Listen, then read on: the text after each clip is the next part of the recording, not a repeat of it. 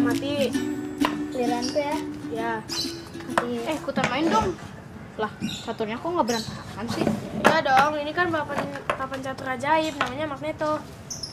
Kan nyari kalau ada orang lagi main jangan iseng. Aku bingung deh. Di rumah, ibuku menempelkan kertas di kulkas, tapi tidak memakai lem. Ibuku menjawab memakai magnet. Dan sekarang papan catur ini aku angkat, tidak jatuh juga. Dia bilang pakai magnet juga. Magnet itu apa sih? Kamu kalau mau nanya magnet sama aku, tapi kalau mau dijawab sama Fadil dan Dea. Kirain yang mau jawab kamu. Arik, magnet memiliki dua kutub, yaitu kutub utara dan kutub selatan. Jika kutub tidak senama didekatkan, maka akan terjadi gaya saling tarik-menarik. Contohnya pada catur ini. Tetapi jika kutub senama didekatkan, maka akan terjadi gaya tolak-menolak. Bagaimana, Arik? Apakah kamu sudah mengerti tentang magnet?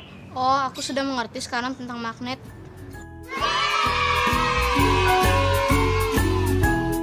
Udah, jalan lagi ya.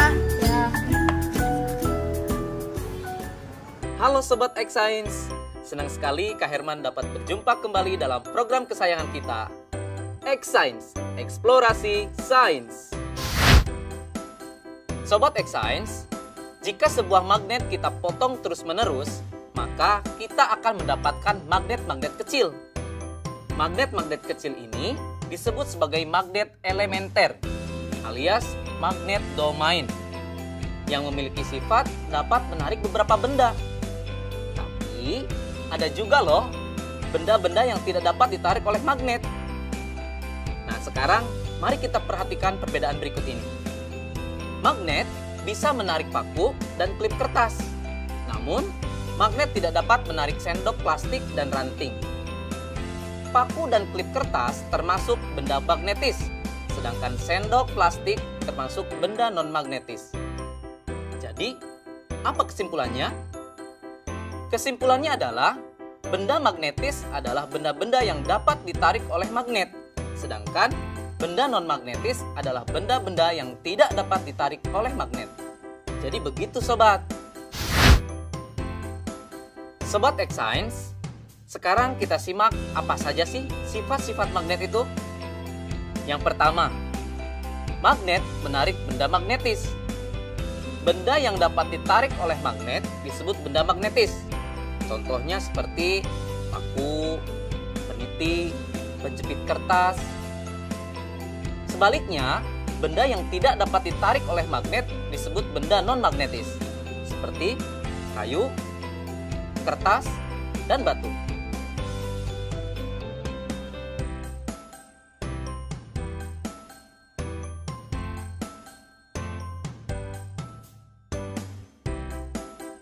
Sifat yang kedua adalah magnet mempunyai dua kutub.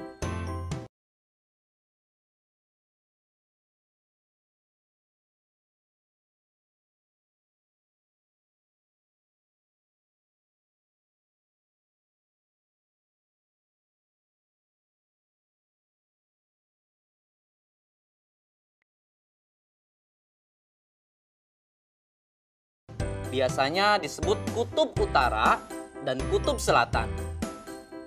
Jika sifat yang kedua adalah magnet mempunyai dua kutub. Biasanya disebut kutub utara dan kutub selatan. Jika kita mendekatkan kutub-kutub yang senama, maka magnet tersebut akan saling tolak-menolak. Sebaliknya, jika kita mendekatkan kutub-kutub yang tidak senama, maka magnet tersebut akan tarik-menarik. Loh, kok bisa ya Sobat X Science? Ternyata hal ini terjadi karena arah gaya magnet keluar dari kutub utara masuk ke kutub selatan. Sifat yang ketiga, gaya tarik magnet paling kuat terletak di bagian kutub magnet. Garis medan magnet secara alami berkumpul bersama di ujung magnet. Bagian ujung magnet ini disebut sebagai kutub magnet. Karena garis gaya magnet berkumpul di ujung magnet, gaya tarik paling kuat terletak di bagian kutubnya. Yang terakhir, gaya magnet dapat menembus benda tertentu. Kekuatan gaya tarik magnet ditentukan oleh ketebalan benda yang menjadi penghalang antara magnet dengan benda magnetisnya dan jarak antara magnet dengan benda magnetis tersebut. Bagaimana? Menyenangkan bukan belajar sains? Dengan belajar sains, kita menyadari akan kekuasaan Tuhan yang Maha Esa yang telah menciptakan magnet lengkap dengan keunikan sifat-sifatnya. Sehingga kita dapat menggunakannya untuk kehidupan dan dapat menambah rasa syukur kita. Saatnya kita bernalar. Yuk, mari kita bernalar ya. Ada satu magnet batang T, U, dan dua batangan benda yaitu P, Q, dan RS. Dua batang benda P, Q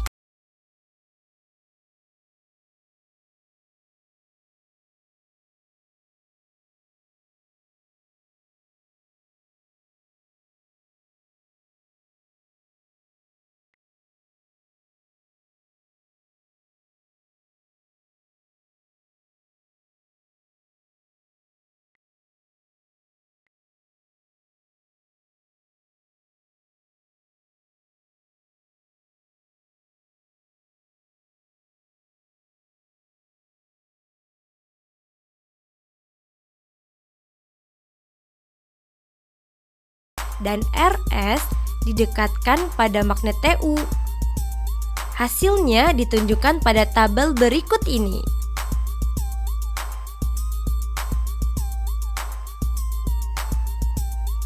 Apa yang dapat kamu simpulkan mengenai dua batang benda PQ dan RS tersebut? Coba jelaskan.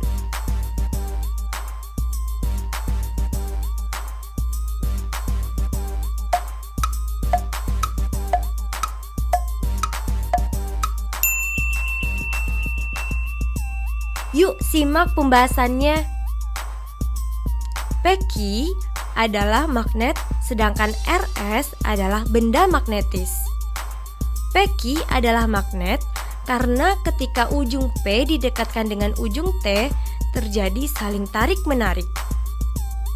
Sementara ketika ujung P didekatkan dengan ujung U, terjadi saling tolak-menolak. Begitupun ketika ujung Q didekatkan dengan ujung T, terjadi saling tolak-menolak. Sementara ketika ujung Q didekatkan dengan ujung U, saling tarik-menarik. RS adalah benda magnetis karena ketika semua ujung batang didekatkan ke ujung magnet TU, terjadi saling tarik-menarik.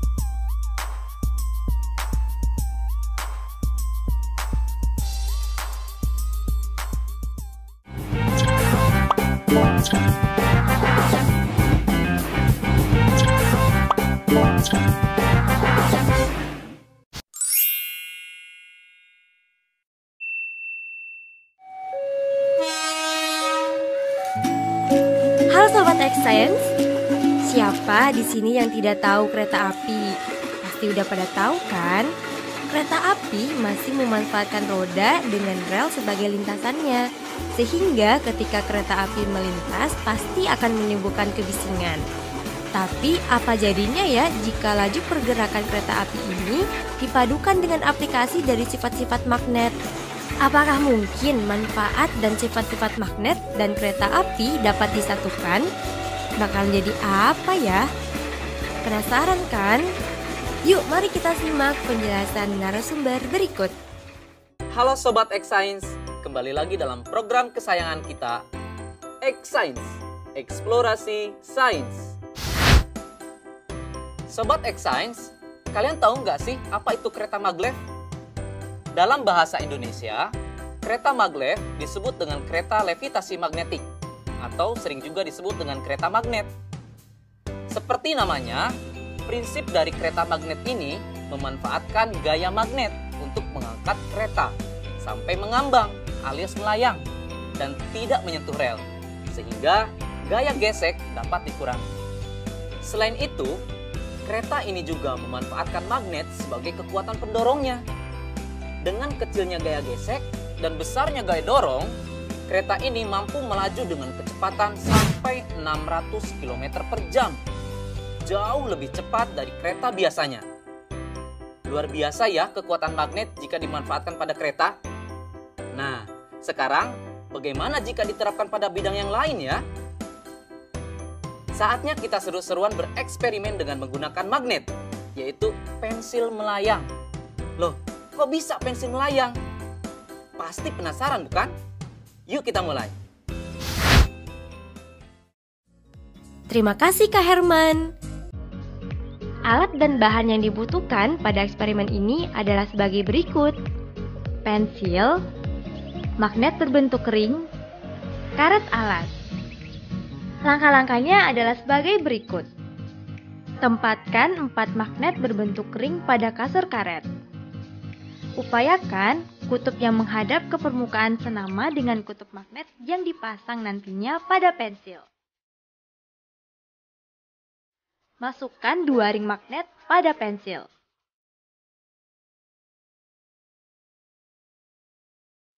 Tempelkan pensil pada sandaran kasur karet.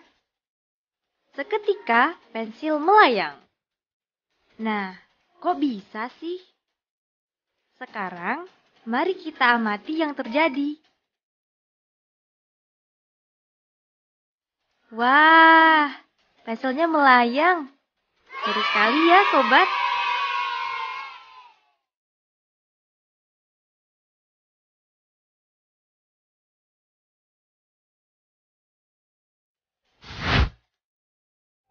Adik-adik, tadi sudah melihat kan percobaan pensil melayang? Sudah tahu jawabannya kenapa pensil bisa melayang? Pensil dapat terangkat ke atas dan melayang karena pengaruh dari gaya tolak-menolak kutub magnet yang senama antara magnet yang ada di pensil dan magnet yang ada di styrofoam.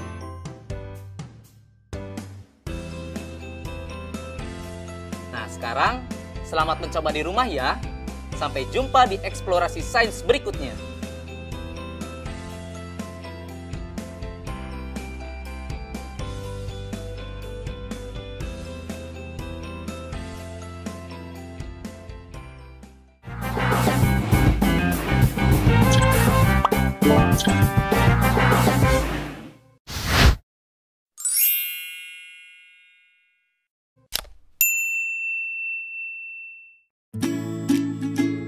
Bagaimana, bisa gak?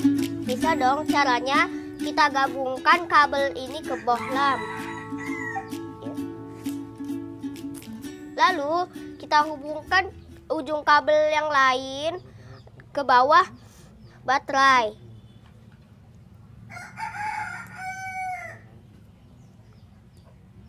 Jadi deh. Wah, nyala, keren ya. Kalian lagi apa sih? Oh, bikin lampunya menyala. Sini aku juga bisa.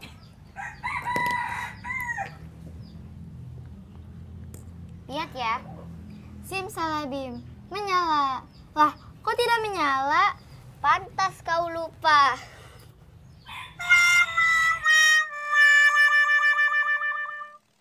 Halo Sobat X-Science, kembali lagi bersama Kak Herman dalam program kesayangan kita, X-Science, Eksplorasi Sains. Sobat X-Science, tahu tidak kenapa bohlam bisa menyala ketika dihubungkan dengan baterai menggunakan kabel?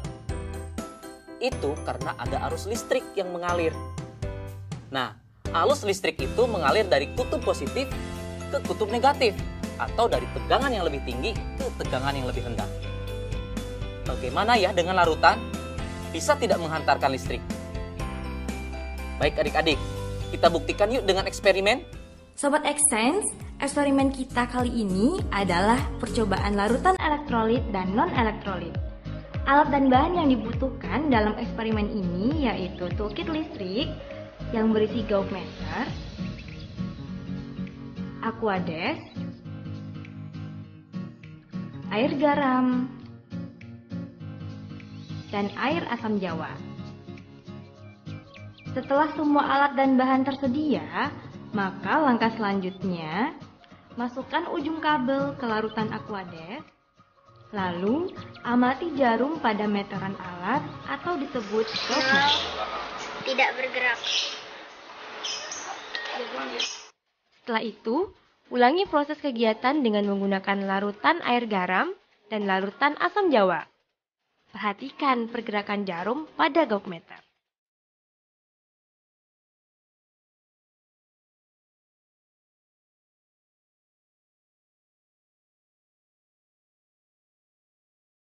Isilah tabel berikut ini dengan memberi tanda checklist pada kolom yang sesuai.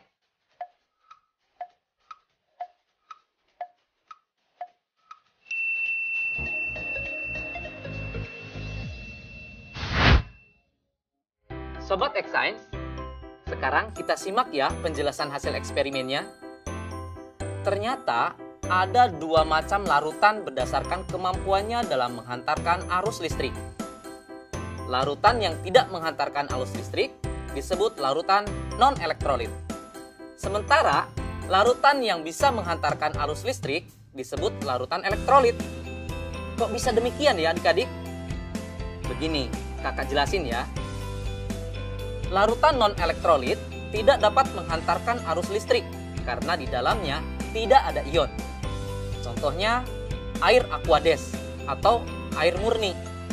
Makanya tadi dalam percobaan jarum pada gauge-meter tidak bergerak. Sekarang bagaimana sih larutan yang dapat menghantarkan arus listrik?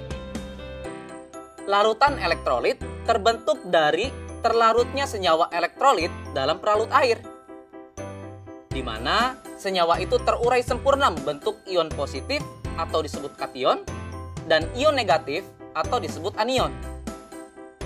Pada saat arus listrik melewati larutan elektrolit, ion-ion dalam larutan menghantarkan arus listrik, seperti layaknya dalam kabel. Nah, Sobat X-Science, sekarang kita lihat larutan garam dan larutan Aquades. Jarum pada gauge-meter bergerak pada larutan air garam. Ini menunjukkan kalau air garam dapat menghantarkan arus listrik. Kenapa bisa demikian? Garam atau NaCl, ketika larut dalam air, garam tersebut akan terurai menjadi ion-ion, yaitu ion Na+ dan ion Cl-, yang kemudian mereka terurai, berpencar saat di dalam air. Begitu penjelasannya adik-adik. Menyenangkan bukan belajar sains? Sampai jumpa di eksplorasi sains berikutnya.